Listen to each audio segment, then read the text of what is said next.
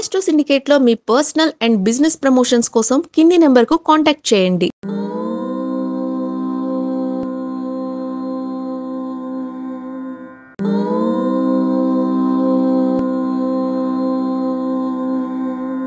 Welcome to Astro Syndicate channel అండి. కార్తీక మాసంలో మనం ఎటువంటి విధానాలు పాటించాలి, అలాగే కార్తీక మాసం యొక్క ప్రాముఖ్యత ఏంటి, ఇలాంటి విషయాలన్నీ మనతో చెప్పడానికి మన ముందున్నారు కిరణ్ శర్మ గురూజీ.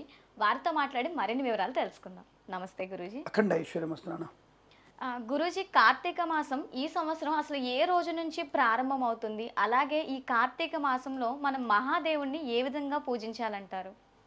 నమస్తే అస్తు భగవన్ విశ్వేశ్వరాయ మహాదేవాయ త్ర్యంబకాయ త్రిపురాంతకాయ త్రికాగ్నికాలాయ కాలాగ్నిరుద్రాయ నీలకంఠాయ మృత్యుంజయాయ సర్వేశ్వరాయ సదాశివాయ శ్రీమన్మహాదేవాయ నమః.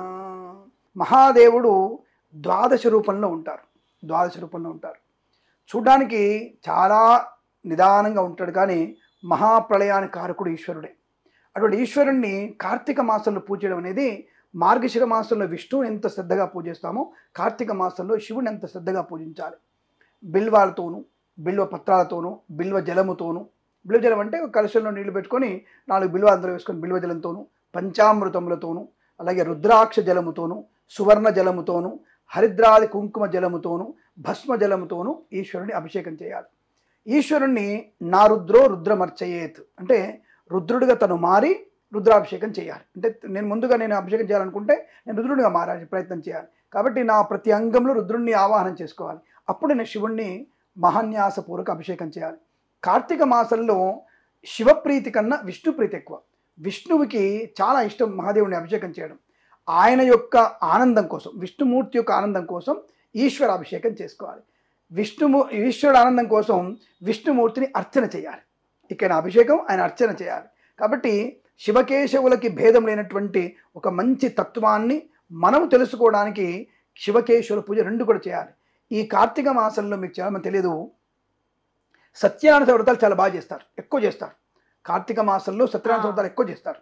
మీకు అన్నవరంలో మార్గశిర మాసంలో కంటే ఎక్కువ కూడా ఈ కార్తీక మాసాలు ఎక్కువ జరుగుతాయి. మీకు అన్నవరంలో కానీ, ఏ క్షేత్రంలో యాదగిరి లక్ష్మీస్వామి దగ్గరలో కానీ, ఎక్కడైతే సరే వ్రతాలు ఇళ్లలో కానీ కార్తీక మాసంలో జరిగే వ్రతాలు ఇంకెక్కడ జరగవు, ఏ మాసాలు జరగవు. ఎందుకు మరి? చేసేది రుద్రాభిషేకం కదా. మరి విష్ణు ఎందుకు పూజించాలంటే ఈశ్వరుడికి ఇష్టం అది. ఆయన ఏమంటాడంటే ఈశ్వరాయణలోకి వెళ్ళి విష్ణునామస్మరణ చేయాలి. ఆయనకి విష్ణుమూర్తి, ఈశ్వరుడికి చాలా ఇష్టం. విష్ణుమూర్తి ఆయనకి వెళ్ళి ఈశ్వరుడిని పూజ చేయాలి, ఆయనకి విష్ణువుకి ఇష్టం. ఆయన చెప్తారు, శివాయ విష్ణురూపాయ శివరూపాయ విష్ణువే శివస్య హృదయం విష్ణు విష్ణోశ్చ హృదయం శివ. అటువంటి శివకేశులు భేదం లేని వారికి చతుర్దండాలు, పంచదండాలు పెట్టుకుని కొంతమంది మేము యాజులము, మేము సన్యాసం చెప్పి తిరిగే వాళ్ళు ఉంటారు. శివుడు ఎక్కడ కూడా ఈశ్వరుణ్ణి తప్పుగా చూడలేదు, ఈశ్వరుడు విష్ణువుని ఈశ్వరుడు తప్పు చూడలేదు. వాళ్ళకి అభేదమైన వాళ్ళకే లేని భేదాన్ని మనం క్రియేట్ చేసుకొని మనం తప్పులో పడుతున్నాం. కాబట్టి కార్తీక మాసంలో ఇక్కడ కార్తీక దామోదరుణ్ణి ఎంతగా ప్రీతి పూజిస్తే ఈశ్వరుడికి అంతకు ఇష్టం. కాబట్టి ఈశ్వరాభిషేకం చేసుకుంటూ విష్ణుమూర్తి వ్రతాన్ని కూడా చేసుకునే ప్రయత్నాన్ని చేయాలి. విష్ణు సహస్రనామపారాయణ నిత్యము చేయాలి. ప్రతిరోజు విష్ణు సహస్రనామపారాయణ చేసిన వారి కార్తీక మాసంలో విశేషమైనటువంటి జన్మ ఆనుకూలత, జన్మలో చేసినటువంటి అనేక దరిద్రం నుంచి విముక్తి కలిగే అవకాశం ఉంటుంది. అలాగే బిల్వార్చన. ఎవరికైనా శనేశ్వరుడి యొక్క మీకు దోషం ఉన్నట్టయితే నూనెతో అభిషేకం చేసుకోవాలి. ముందుగా మీరు అడిగిన ప్రశ్న ఎప్పటి నుంచి ప్రారంభం అవుతుంది? అక్టోబర్ 22వ తేదీ నుంచి ప్రారంభమవుతుంది. అక్టోబర్ 22 నుంచి ప్రారంభమవుతుంది. అద్భుతమైనటువంటి 30 రోజుల యొక్క ఒక కార్తీక మాస ప్రక్రియ. మనకి కోటి దీపోత్సవం లాంటివి ఉత్సవాలు జరుగుతూ ఉంటాయి. మన అయోధ్య రామ మందిరంలో కొన్ని లక్షల దీపాలు పెట్టి అద్భుతమైనటువంటి దీపాలు. ఈ కార్తీక మాసంలో దీపదానానికి ప్రత్యేకత కూడా అంతే.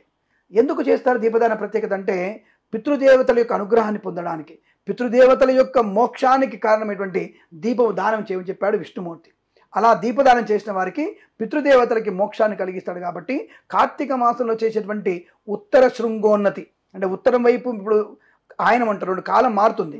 ఉత్తరాయణకి వెళ్తున్నటువంటి మనము ఈ సమయంలో ఉత్తర శృంగోన్నతికి వెళ్తున్న సమయంలో పితృదేవతల ప్రీతి కొరకు మనచ్చేటువంటి దీపదానం విశేషమైంది. అందులోనూ నిన్నటి కార్తీక ఆశ్వయ మాస అమావాస్య రోజున కూడా పితృతర్పణాలు ఇచ్చి పితృదేవతల ప్రీతి కొరకు సాయంత్రం పూట మనం దీపదానం చేయమని చెప్పింది. సో ఇవన్నీ కూడా ఆశ్వయ మాసంలో అమావాస్య అయిపోయిన తర్వాత ఈ రోజు ప్రయాణం ప్రారంభం అవుతారు. వారు పితృదేవతలు ప్రయాణం చేస్తారు. ఇది మళ్ళీ మనకి ఎప్పుడు వస్తారు వీళ్ళు?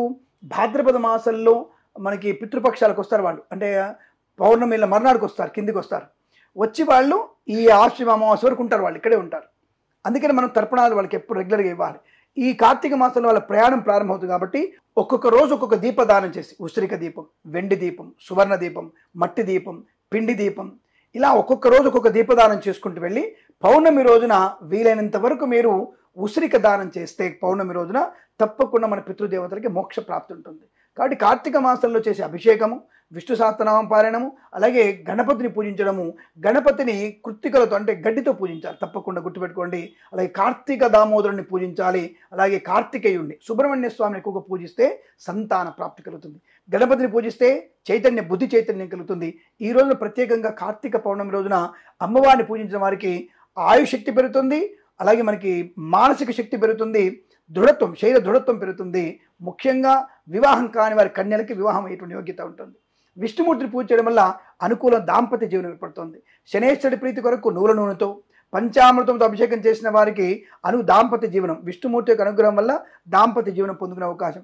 సత్యనారాయణ వ్రతం చేయడం వల్ల ఆకస్మిక ధనప్రాప్తి, గృహయోగము, ధనలాభం కలుగుతుంది. కాబట్టి పాడ్యము నుంచి మొదలుపెట్టి అమావాస్యాంతం, కార్తీక అమావాస్యాంతం వరకు ఏ ఒక్క రోజు నువ్వు శివనామస్మరణ చేసినా, శివుడి అభిషేకం చేసినా అద్భుతమైనటువంటి శివానుగ్రహాన్ని పొందుకోవచ్చు అని చెప్పబడింది. కాబట్టి ఈ మాసంలో మీరు కార్తీక మాసంలో సంపూర్ణటువంటి స్వామివారి అనుగ్రహాన్ని పొందడానికి అభిషేకం తప్పకుండా చేయండి. గురుజీ, కార్తీక మాసంలో శాలిగ్రామం దానం కూడా ఇస్తారు. శాలిగ్రామం అంటే విష్ణుమూర్తి స్వరూపం అని అంటారు. దాని ప్రత్యేకత ఏంటి? ఇక్కడ ఒకటి గుర్తుపెట్టుకోమ్మా, కార్తీక మాసంలో మనకి ముఖ్యంగా ఈ అందరం మన చెట్లకు పూజిస్తాం. తులసి చెట్టుకి, అలాగే రాగి చెట్టుకి, మర్రి చెట్టుకి, మేడి చెట్టుకి మనం పూజిస్తాం. అందులోనే మారేడుదలకు కూడా విష్ణుమూర్తి యొక్క అనుగ్రహం, విష్ణుమూర్తి అనుగ్రహం వల్ల వరం ఇవ్వడం వల్ల శివుడి మీద ఒక్క దళం పెడితే చాలు పూర్వజన్మ పుణ్యఫలం పెరుగుతుంది, పూర్వజన్మ దరిద్ర నాశనం కలుగుతుంది. అది బిల్వానికి ఉన్నటువంటి ప్రత్యేకత. అంటే దాని తాలూకా ప్రాముఖ్యత ఏంటి? ఎందుకు అంత పుణ్యం? ఏదంటున్నారు? శాలిగ్రామం శ్రీ మహావిష్ణువు రూపం. అదే మీకు అది విషయం తెలుసా? శాలగ్రామం అంటేనే విష్ణు స్వరూపం. అది పలగొడితే అది ఆటోమేటిక్ పగిలిపోతే దాని శంకు చక్రాలు ఉంటాయి. దాంట్లో చక్రాకారం కానీ శంకు ఆకారం తప్పకుండా ఉంటాయి.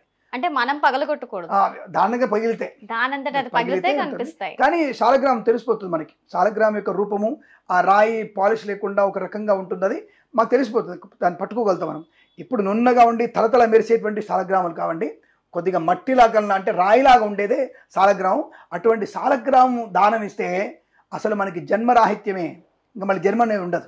కానీ ఆ శాలగ్రామం, అసలే శాలగ్రామం తీసుకునేవాడు కూడా యోగ్యుడై ఉండాలి, ఇచ్చేవాడు యోగ్యుడై ఉండాలి, తీసుకునే యోగ్యుడు ఉండాలి. అంటే ఎటువంటి తప్పు చేయని వాడు తీసుకున్నా ఇచ్చినా అది విశేషంగా ఉంటుంది తప్ప ఇష్టం వచ్చినట్టు ఎవరి వాళ్ళకి వాడితే ఇస్తే మాత్రం అంత పుణ్యం వచ్చే అవకాశం. కానీ దానం చేసుకుంటే కనీసం వాడికి బుద్ధి బాగా ఉంటుంది కదా. కాబట్టి శాలగ్రామ దానము ఈ యొక్క కార్తీక మాసంలో సోమవారం రోజున కానీ, అలాగే పౌర్ణమి రోజున కానీ, మాస చతుర్దశి అంటే మాస శివరాత్రి రోజున కానీ దానం ఇచ్చిన వాళ్ళకి అద్భుతమైన ప్రయోజనం ఉంటుంది. ఇది బాగా గుర్తుపెట్టుకోండి. అది బియ్యంలో పెట్టి ఇవ్వడం ఇంకా విశేషం. అది అద్భుతమైనటువంటి శాలగ్రామ దానం విశేషం. అలాగే అంతటి మహిమానుతోంది ఉసిరిక దానం. ఉసిరి చెట్టుకి దానం ఈ కార్తీక మాసంలో ఉసిరి చెట్టు కింద కూర్చొని భోజనం చేసిన వారికి, ఉసిరికాయ చెట్టు కింద కూర్చొని అన్నదానం చేసిన వారికి, ఉసిరి చెట్టు కింద కూర్చోబెట్టి దానం ఇచ్చిన వారికి సువర్ణ దానం, వెండి దానం, దీపదానం, ఇవన్నీ ఏ దానం ఇచ్చినా సరే ఉసిరి చెట్టు కింద అద్భుతమైనటువంటి ఆనంద ప్రక్రియ ఉంటుంది.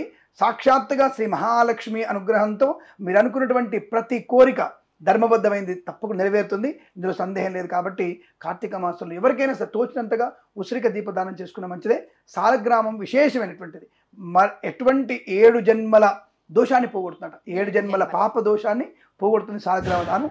అటువంటి మహా శాలగ్రామ దానం చేసుకోవడం విశేషము. తప్పకుండా ఇది అందరు చేసుకుంటే అద్భుతంగా ఉంటుందని చెప్పవచ్చు.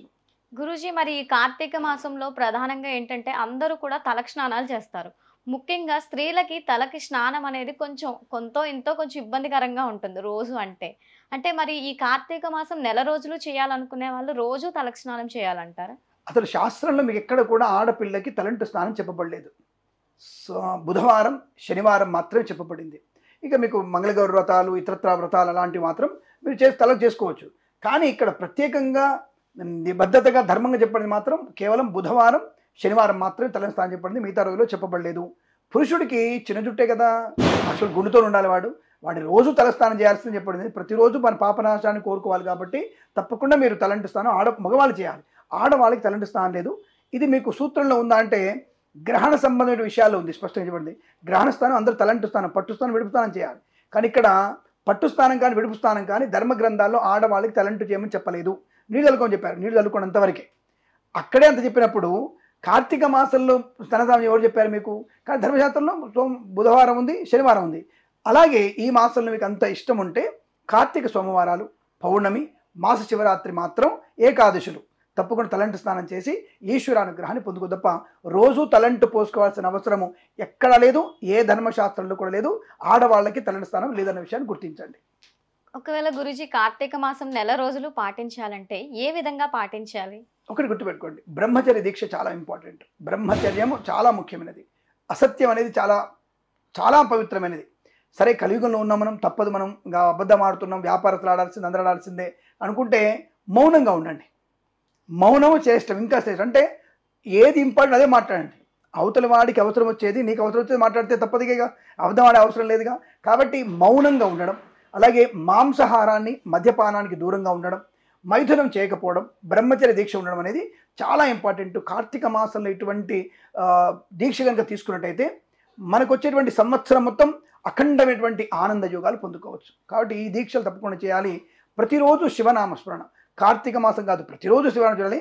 కార్తీక మాసంలో ఉదయం సాయంకాలం ఎక్కువగా పూజ చేసుకునే మంచిది.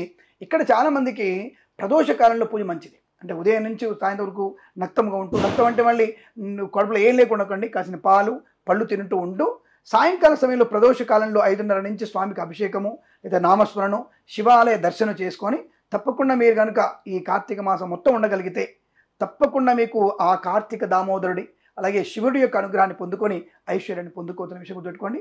షోడశోపచార పూజ ఒక్కరోజైనా సరే ఆ శివుడికి అభిషేకం చేయించుకోండి. ఇంటికి బ్రాహ్మణి పిలుచుకొని మీరు అభిషేకం చేయించుకోవడం. ఇంకా ఇక్కడ విశేషంగా సువర్ణలింగము కంటే కూడా పార్థివ లింగం ఉంటుంది. పుట్టమనుతో శివలింగం తయారు చేస్తారు బ్రాహ్మణుడు. ఆ పార్థివ లింగం కనుక అభిషేకం చేయగలిగితే అద్భుతం.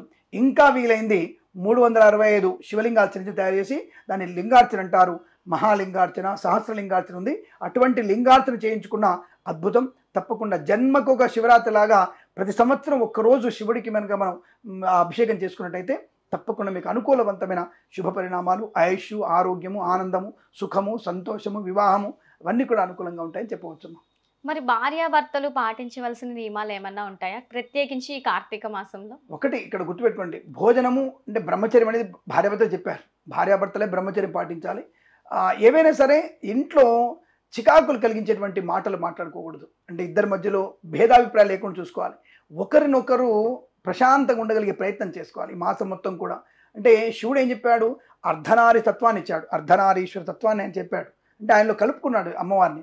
అలాగా భార్యాభర్తలు ఇద్దరు ఒకళ్ళొకరు సగంగా ఉండాలి తప్ప ఇంట్లో కీచులాటలు, లేటుగా లేవడాలు, లేవగానే అరుచుకోవడాలు, పద్ధతి లేకపోవడం, ముగ్గు లేకపోవడం, ఇంట్లో దీపారాధన లేకపోవడం, దానం లేకపోవడం, శివనామస్మరణ లేకపోవడం ఇవన్నీ కూడా ఇబ్బంది కలుగుతుంది. కాబట్టి భార్యాభర్తలు ముందు చేయగలిగితే కుటుంబంలో మన పిల్లలు కూడా చేస్తారు. కాబట్టి భార్యాభర్తలు ఒక శ్రద్ధగా కనీసం 4 రోజులు సోమవారాలు కనీసం శివాలయానికి వెళ్ళి నమస్కారం చేసుకొని ఇంట్లో దీపారాధన, దేవతార్చన చేసుకున్న వారికి ఐశ్వర్యం ఖచ్చితంగా ఉంటుంది. భార్యాభర్తలే ముఖ్య మూలాధారం ఇంటికి. వాళ్ళిద్దరూ ప్రశాంతంగా ప్రసన్నంగా ఉంటే చాలు, అదే 10,000. కాబట్టి మీ అందరు భార్యాభర్తలు ఎటువంటి దీక్ష అనేది లేదు, మీ ఇద్దరు ప్రశాంతంగా ఉండండి.